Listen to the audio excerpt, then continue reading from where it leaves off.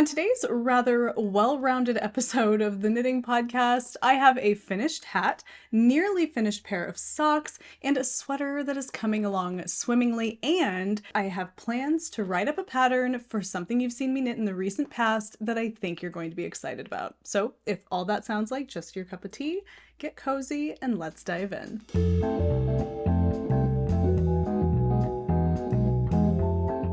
Hello, and welcome to the Wool Needles Hands Knitting Podcast. My name is Taylor, and I will be your host. For today's episode of the podcast, I'm looking forward to sharing with you a pretty, like I said, well-rounded lineup. I have a little bit of everything going on today. I have my tea. This is Orange Spice by Bigelow, one of my favorites. If you've been a viewer of the podcast, for, any length of time, you know how I feel about Bigelow tea, and I love Orange Spice. I know if you're a tea aficionado, you're probably not, high up on bag tea like this, but you guys, I like what I like, and I like Orange Spice tea by Bigelow. It's fantastic. And I'm drinking it out of my hello mug. You can get these over at the Wool Needles Hands merch shop over at woolneedleshands.com. It's a great way to help support the channel, as y'all know. One really quick note before we get started, Fiber for the People, or FFTP, my hand-dyed yarn business, is having a shop update on Saturday, February 3rd at 10 a.m. Pacific Standard Time. It's going to be a really beautiful shop update with a colorway collection inspired by an upcoming trip to San Francisco that we're taking with the family this spring break. Definitely set your calendars, set your alarms, whatever you need to do, and be sure to sign up for the newsletter. That's where I post all information surrounding Fiber for the People shop updates. So you're going to want to be on the newsletter list so you can get all that information sent to your inbox. Okay, the first thing I want to share with you guys today is a very recently finished hat that I started. Now, on the last episode of the podcast, so this was about a week and a half ago, because there's been a couple ramble episodes or videos between the last episode of the podcast and this one, but I had shown you that I was starting a hat from the top down. And what I have right now is just the crown of the hat. I'm doing a really nice kind of windmill spiraling increase situation happening here, where we start and then the increases kind of spiral their way around here.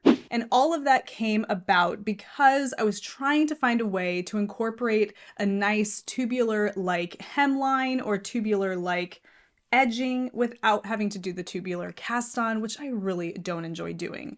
And somebody had mentioned, well, you could knit the hat from the top down and do an Italian bind off, which is essentially the same thing, working the other direction. And I actually really enjoy working the Italian bind off.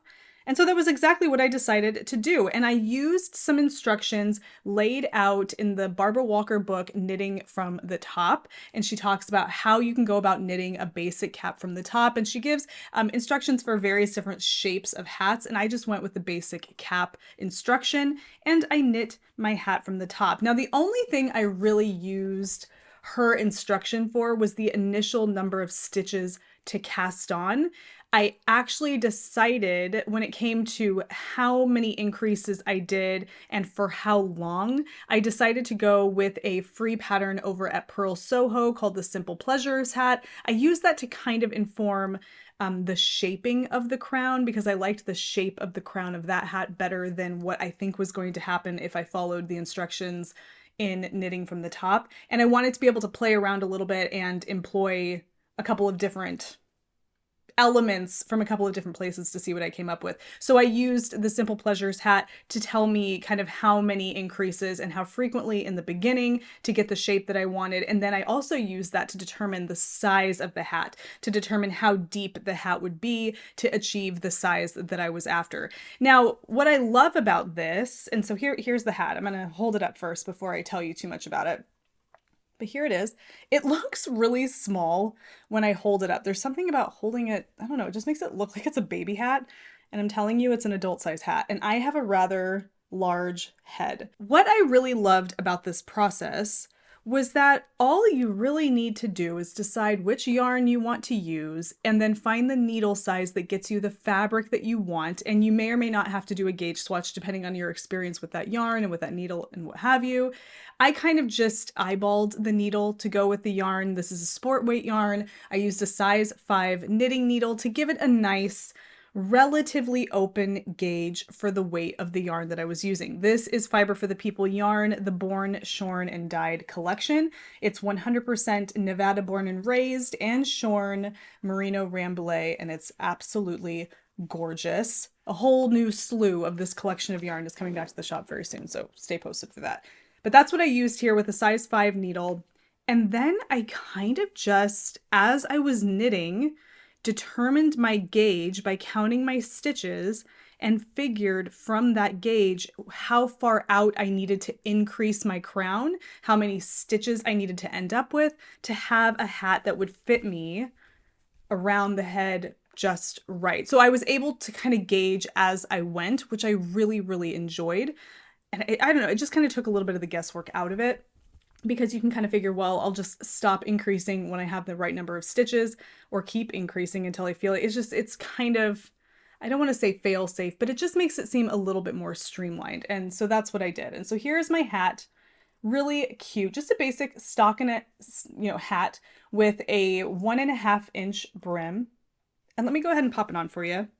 You can see how it looks. I really don't like putting hats on and taking them off because I'm having a Hermione Granger hair day. I washed it just this morning and now it's like real poofy.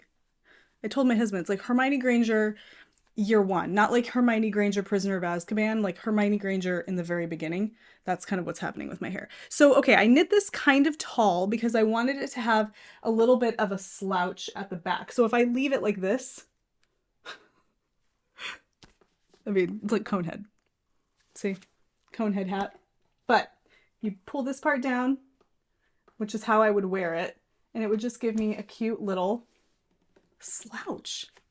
How cute is this? Yeah, so this is just a basic top-down hat, nothing special, no design or anything going on up here, but it's a really great palette if I wanted to play with color work or maybe add like a stitched pattern in there. It's just kind of a really fun all-around hat. Nothing to write home about, but it really wears well and it's super cute and comfortable. I mean, come on, look at that. How cute is that? And how cute is that crown? So this is my first finished object. Actually, wow. See what I'm saying? What is one going to do? Okay, we'll be fine. So that is my finished hat. I don't have a name for it. It's just my cute little finished top-down hat. And I love it. How nice is that? Super cute. So there we go. All finished. Loving a top-down hat. Loving a really simple design. I want to mention here, I don't know of a ton of top-down hat patterns, but one that I did discover that I really love is the Magnolia Hat by Camilla Vod, and she's the one who designed the Magnolia sweater. This is just a hat that matches that same lace motif that she has on the sweater, and it's knit entirely from the top down, and it's a really lovely hat. So check it out if you want to try a hat pattern that is knit from the top down. That one's a really great place to go. You may remember, I don't know, like 2 weeks ago, 3 weeks ago maybe, I talked about a pair of socks I had cast onto. I was looking through something and I had found a pair of socks I had cast onto a little while ago and forgotten about. And these are them, and I have just recently picked them back up and I decided I'm finishing them because there's no reason not to. They're so close to being done. At that time I had just a little bit of the foot started and I just decided to let her go, let her rip, and just finish them. So these are just a basic vanilla sock. I'm using a sock set from Little Lionhead Knits Yarn Company.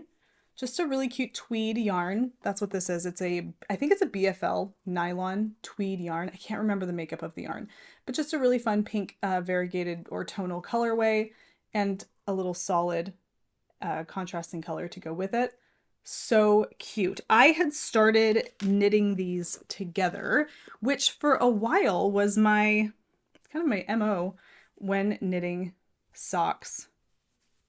Period. I was knitting them 2 at a time, meaning 2 on the same needle. But for whatever reason, when I sat down to work on these, I just felt the compulsion to put them each on their own needle and work on them concurrently. Work a little bit of one and then work a little bit of the other. It just felt right. I felt like I would be progressing faster. And so that's what I did, is I just popped them onto 2 separate needles and I've just been working on them concurrently. And I like that. I kind of like it.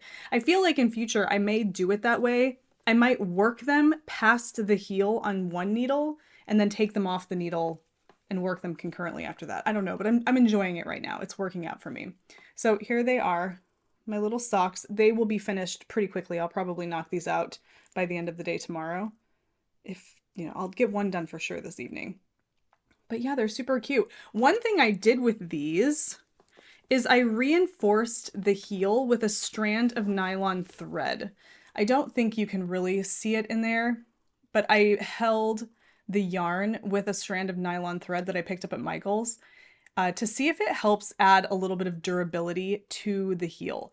Something that somebody mentioned to me, and I didn't think about it at the time, but it makes a lot of sense now, is that you really have to be careful doing that because the nylon can agitate the yarn when you walk and almost serve as like it can slice through the fibers.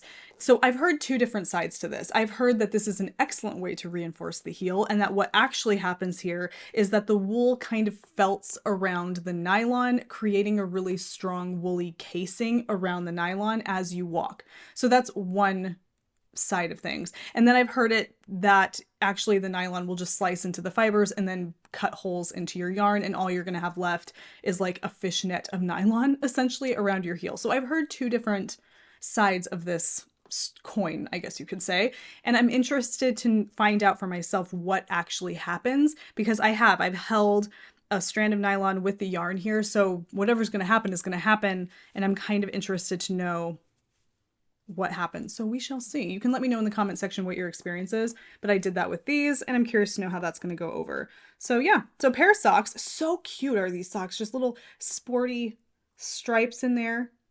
I love it. And I can't wait to have these off the needles. They're going to be super cute. I kind of feel a little bit of a sock mojo coming back. I have another barely started pair of socks. I think I only have an inch of the cuff going in a project bag right off camera over there that will be waiting for me when these ones are done. But I'm loving these. And I'm loving how cute the project bag is that they're in. This is from the Prickly Owl Company. One of my absolute favorite project bag businesses for these smaller project bags. She just makes the cutest project bags with the cutest hang tassel doodads here. This is a real leather handle right here, a fantastic zipper. And it's just a great bag. Perfect for, a pair of socks, especially socks knit two at a time. So I'm loving this. Fantastic zipper. But look at this fabric. How fun is this fabric? 2024 is all about travel and adventure for our family. And I feel like the stamps, for whatever reason, give me those vibes. So yeah, these are my little socks in a cute Prickly Owl Company bag. Love, love, love. Okay, we are moving on to the big guns now. This is my Frankensweater number 2. So if you've been with me for about a year, you are familiar with the Frankensweater number 1. I will pop it up on the screen. It was a whole saga and journey of improvising my own sweater pattern, pulling inspiration from other sweaters I've knit in the past, but ultimately creating kind of my own cozy campfire vibe comfy sweater. And that's what it was. And it absolutely is gorgeous and I love it. And over on the Patreon right now, we are doing a knit along where I am essentially writing a pattern for this sweater and doing all of that with the folks over on Patreon as we work through knitting our own Frankensweaters and learning how to modify and learning how to kind of take something and make it our own. It's been so much fun. I love it so much. Head over to Patreon. You can check it out, see if it's for you, but it's been fantastic. And this is the fruits of that labor. For me, this is my Frankensweater. The Frankensweaters coming out of this are so cool. I have seen different takes on it, different colors, different stitch patterns. Some of us are doing like cables down the raglan. It's amazing, but this is my version of it. And this is where I'm at with it so far. So where we are in the knit along is working on Sleeve Island. So we're doing both sleeves at this point. We are not going to knit the body first. We're going to knit the sleeves first. So I have finished this sleeve, my right sleeve. I have finished this one and I am now moving on to my left sleeve. And I have just a little bit going of that, not very much. And then I'll be moving on to the body and we'll be doing the body with a little bit of body shaping down towards the very bottom right before we get to the ribbing.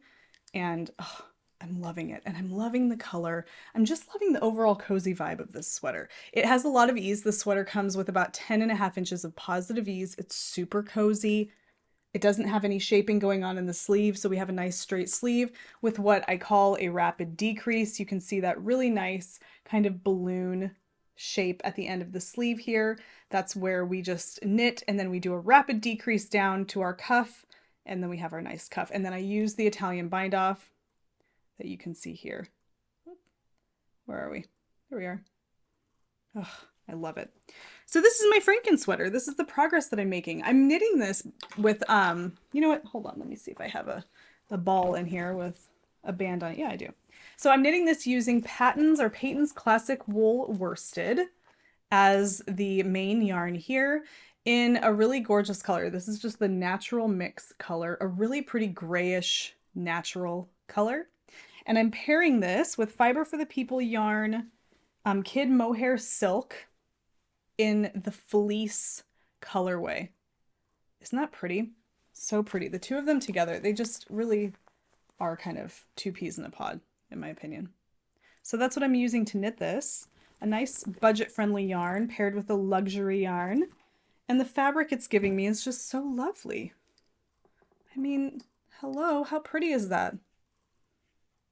Super cozy and soft, very, very soft. And there are a few things that I have taken away. Well, there's a lot that I've taken away from this process, a lot more than I can squeeze into this particular episode. But one thing I wanted to share with you guys, and I thought this would be interesting because a lot of us, when we knit from a pattern, we kind of put our faith in the pattern, as we should. I mean, these are professionals, they're writing patterns, they've tested them and all of this. And we put our faith in the construction of the sweater. And then sometimes we'll knit the sweater as per the pattern recommendations. And then there will be things about the construction of the sweater, the shape of the sweater that just don't jive with us. And it's not necessarily the fault of the designer. It's not really anybody's fault necessarily. It's just things that weren't realized in the beginning. And one of the things that can have a pretty big impact on the wearability of a garment on your upper body is your armhole depth. And this is something we just talked about quite a bit over on the Patreon as it relates to the Frankensweater, because the Frankensweater has a particular armhole depth for each particular size. So the size that I'm knitting, the armhole depth is 10 inches. That's how deep the sweater is from, if I'm doing it of the sweater I have on, from the back, the top of my collar, down to where the sweater hits me at the underarm, right here. So it's down the back, and it's that distance between the top of the collar and where the under, if you were to draw a line, where it would hit you at your underarm. So that is your armhole depth. And that armhole depth can play a big part in your mobility in that sweater, or how much mobility you have in your arms before the sweater starts rising up, hiking up on your body. And so it's kind of interesting. So this sweater, like I mentioned, has 10 inches of armhole depth, and that's rather deep. So what that means is that the deeper the armhole depth, the more when you lift your arms, it's going to pull up on the body of your sweater. The more close to the armpit that you have your armhole depth, the more movement you have of your arm here before it starts to lift up on the sweater. So if you have like a dolman sleeve, I think that's what or like a batwing sweater where the armhole depth is super deep, like it goes down to like the bottom of your rib cage, and then you lift your arms up, you're going to pull a lot of that sweater up with you because it's kind of just like part of your sleeves. But if your armhole, kind of like the sweater I'm wearing here, if it hits you, so here's my armpit, and here's the sweater armhole depth. It's got some depth to it. There's some ease here, but not too much. So when I lift my arm, you can see the stripes don't lift. You know, they lift with my arm. But if that were any deeper, like down here, for example, let's say that were part of it, it would, I don't even know how to mimic that, but it would lift the sweater so much more because it's a deeper armhole. So I think that's interesting. So when you're looking at a sweater and you kind of want to think about how a sweater wears on your body, like how is that going to work with my job? Maybe you are a teacher and you're writing up on a whiteboard a lot, or you're lifting your arms to do something and you want to be able to wear this sweater at work, and you want to know how that's going to work with the movements that you make in your work or whatever, who knows. Something to consider is how deep the armhole depth is on that sweater. This is something that you'll have to have the pattern to be able to look at unless the schematic is available on the Ravelry page, but you need to see what the armhole depth is. The deeper that armhole depth, the less mobility you're going to have before the sweater starts hiking up. The shallower that armhole depth, the more, movement you can have with your arms before it starts pulling up on the actual garment. Now, how much is too much and how much is too little, I guess it is really kind of dependent on your body, but that's where you can compare your actual armhole depth. You could just take a measurement from up here all the way down into your armpit and see what that is, and compare that length to the armhole depth of the sweater. I would say anything over 2 inches is going to start impacting kind of that up and down mobility of your arm. My actual armhole depth is a little over 7 inches, and the armhole depth of this Frankensweater is 10 inches. So it's definitely going to impact the lifting of my arms because it's going to pull up on the body of my sweater. And something that I can consider if that's the case is to just knit my sweater body a little bit longer, anticipating that if I am moving my arms up and down, I'm going to want some additional length so I'm not flashing my belly button every time I raise my arms. So that was just something we just recently talked about within the group that's working on this sweater. And I thought it was really interesting because it is definitely something that you have to consider. So I love these little moments of realization. I love learning about these elements of sweater construction and how they impact the wearability of a garment, especially considering that I'm kind of like designing this sweater, and I don't think I would change that moving forward. I think this sweater design and the armhole depth is just part of the overall aesthetic and vibe of the sweater, so I wouldn't want to change that. But knowing that moving forward, if I were to ever do another long sleeve sweater, I would consider the armhole depth a little bit more, knowing how that can affect like the movement of the arms and how much the sweater kind of moves with your arms as you lift them. So I thought that was interesting. So that is my Frankensweater. Again, there's no official pattern for this yet. Stay posted. I love it. I love it so much. So that is that. I'm going to actually pull this back up here because it's an opportunity to tell you that this is living in my Stony Lake Textiles duffel. It's kind of like a project duffel, if you will. It's my favorite one to grab right now. It goes as like a purse. I can wear it like over my shoulder as a purse. And I stinking love it. How cute is this thing? It's got this waxed canvas bottom. Ugh, so good. And it holds like so much. I mean, I've got that sweater in here. It's going to hold this sweater comfortably until it's finished.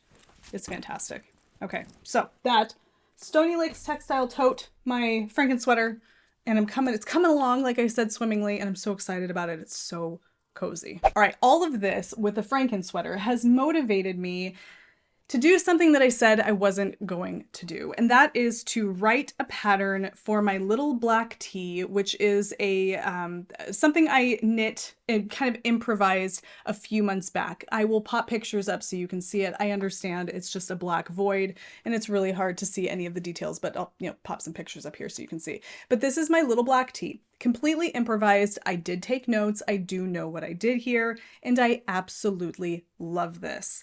I said I wasn't going to write a pattern for it. I didn't want to dive down that rabbit hole, but I don't know. Maybe I kind of have already dove down that rabbit hole with my Frankensweater, and now my interest is piqued, and I kind of want to write a pattern for this and share it. And that is exactly what I'm going to do. So this is my original. It is knit in 55% extra fine merino and 45% cotton.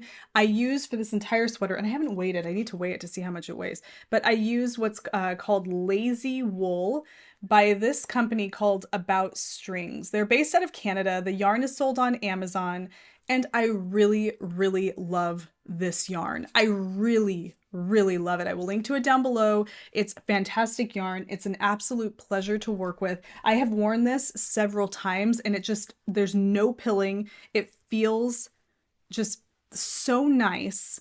It is a cotton merino yarn, and it's black, so it attracts some lint that I have to use a lint roller with. But it is just an absolute pleasure to work with. So I plan on knitting the next one of these. If I'm rewriting the pattern, I want to knit another one as a second sample. I plan on knitting another one, but I'm not knitting it in black. So I purchased, and when you purchase this, it comes in a set. So you can buy this yarn on Amazon in sets of 4. So I purchased it in this really pretty stony gray color. I really love it. It's just a real classic gray, perfect for a t-shirt in my opinion. This is the color Ash. Same yarn. It's a DK weight yarn. I didn't mention that, but it is a DK weight yarn. You can get close there. You can kind of see it's such a lovely blend of merino and cotton, and it's untreated merino. It's non-superwash merino, really fine grade merino. I love it. So I'm going to use this to knit the second sample of this. And I cannot wait because it was such a pleasure working with the yarn. The only thing that was difficult about knitting this was the fact that it was black. It just kind of took its toll on me visually. It's just knitting things that are black can become daunting, and it has nothing to do with the actual knitting of it. It's just the visual part of it. There's just not a lot of information there to keep you motivated because it's so dark, especially if you're knitting it at night. So I'm excited to knit it again with something lighter. So that is that. That came from, like I said, About Strings. They send with it a little coupon. Thank you for your purchase. Enjoy 15% off your next purchase. And then they give you a code. And then they sent me this tiny little, it's so small. It's like not even going to focus on it, of yarn. You can see their little logo on there. And it says Totally DK 100% organic cotton DK weight yarn. And it's a really nice looking yarn. Huh. I haven't actually opened it to feel it, but it's kind of cute that they sent me a little sample. So that is that. I want to weigh this shirt really quick so I can have an idea of how much I use. So just a moment. Okay, let's see. 238 grams, and each of these is 50 grams. 238 grams, 50 grams, that's I'm sorry, I'm not doing the quick math, I'm sorry. 4.76, I need to order more of that then. Okay, so yeah, I used more than 4 balls. I used 5 balls. These, okay, the price for all of these, 4 of them is $25. So when I say budget friendly, $25 for what would be 200 grams, I don't think that that's, it's not pricey, but it's not, I wouldn't say it's budget friendly. I would say it's pretty much market value for a merino cotton yarn. But the quality of the yarn, it makes it worth the cost, in my opinion. For a merino cotton blend, it's really hard to find a really nice merino cotton blend. In fact, I've offered merino cotton in the shop, and though I really like it, I like this better than the yarn I'm able to procure from my supplier. It just isn't it isn't the way I would like it to be, and this kind of is. And so I don't know, I like that. So I don't offer the merino cotton blend as often. I like it. It's just not, I like this better. My supplier just doesn't have the same, whatever. I don't know what it is, but I like that a lot better. So I'm still kind of on the hunt for an ideal merino cotton blend for my shop. But in the meantime, that's kind of my go-to. So that is it for me. I feel like my knitting mojo is completely back.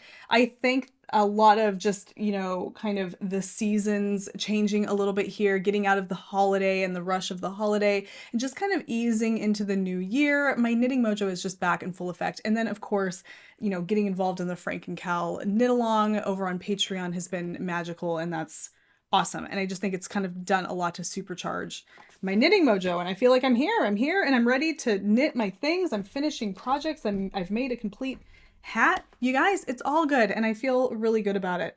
I hope that your knitting mojo is taken off, or that even if it's not, I hope that whatever it is that you're doing, you're finding yourself in a place that's comfortable and cozy and calming, and that you're enjoying your new year and it's off to a really great start. I think 2024 is going to be a great year, and I look forward to it. Thank you guys so much for hanging out with me today. If you took any value from today's video or enjoyed yourself at any point, don't forget to give the video a thumbs up. Definitely subscribe and click that bell icon so you can be notified anytime I upload new content, which is every Wednesday and every Sunday. Until this Wednesday for the midweek ramble, happy knitting, happy making, happy whatever it is that you're doing. Take care, be well, and I will see you soon. Bye.